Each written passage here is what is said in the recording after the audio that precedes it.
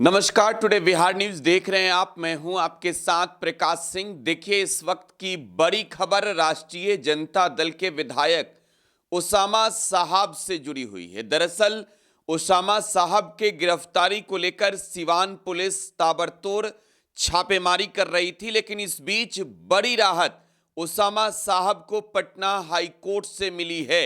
ये बड़ी खबर इस वक्त की आपको दे रहे हैं।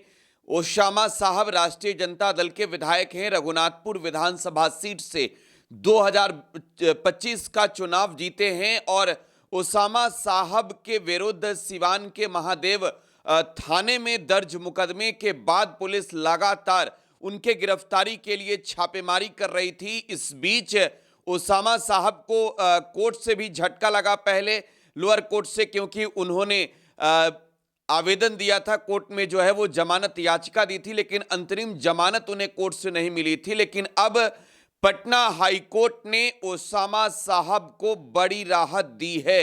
देखिए, ये बड़ी खबर इस वक्त की आपको दे रहे हैं।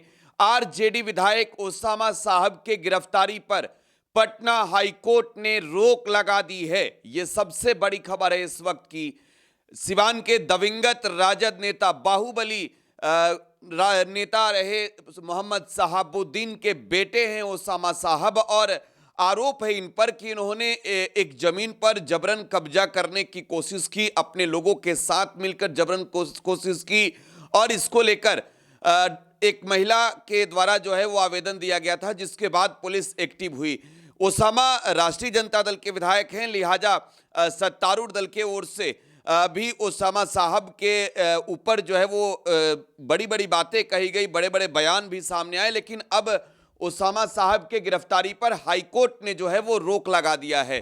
पूरा मामला आपको विस्तार से हम बताते हैं। उसामा साहब जो है वो सिवान के रघुनाथपुर के विधायक हैं, और इन पर आरोप ये है कि इन्होंने एक जमीन पर कब्जा करने की कोशिश की। महादेवा थाना क्षेत्र के कांड संख्या 73/26 इनके विरुद्ध जो दर्ज हैं। शिकायतकर्ता डॉक्टर सुधा सिंह का आरोप है कि उन्होंने एक जमीन वर्ष 2024 में खरीदी थी, और आरोप है कि उस जमीन पर उसामा साहब और उनके सहयोगियों ने जबरन कब्जा करने की कोशिश की।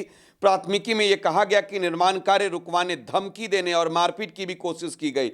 मामले में फरहान, शब्बीर समेत कई अन्य लोगों को भी नामजद किया गया है। हालांकि अदालत में उसामा साहब की ओर से पेश हुए वरिष्ठ अधिवक्ता नरेश दीक्षित और अधिवक्ता श्रुति सिंह ने आरोपों को निराधार बताया।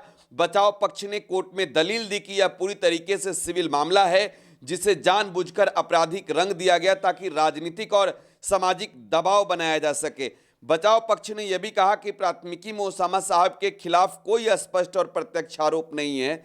एफआईआर में केवल 30-35 अज्ञात लोगों का सामान्य रूप से उल्लेख किया गया है, और ऐसे में गिरफ्तारी की कार्रवाई करना उचित नहीं है। और इस पूरे मामले पर जब सुनवाई हुई तो पटना हाई कोर्ट ने उसामा साहब की गिरफ्तारी पर रोक लगा दी। इससे पहले सत्र न्यायाधीश ने 28 अप्रैल 2026 को जो है उनकी अग्रिम जमानत याचिका को खारिज किया था सिवान की कोर्ट ने, जिसके बाद उसामा साहब ने पटना हाई कोर्ट जाने का फैसला लिया, और हाई कोर्ट ने उसामा साहब को बड़ी राहत दी है।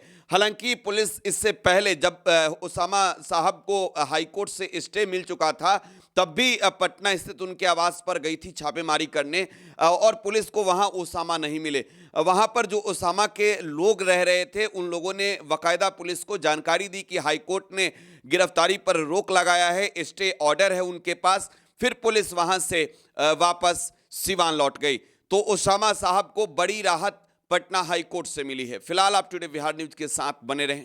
धन्यवाद।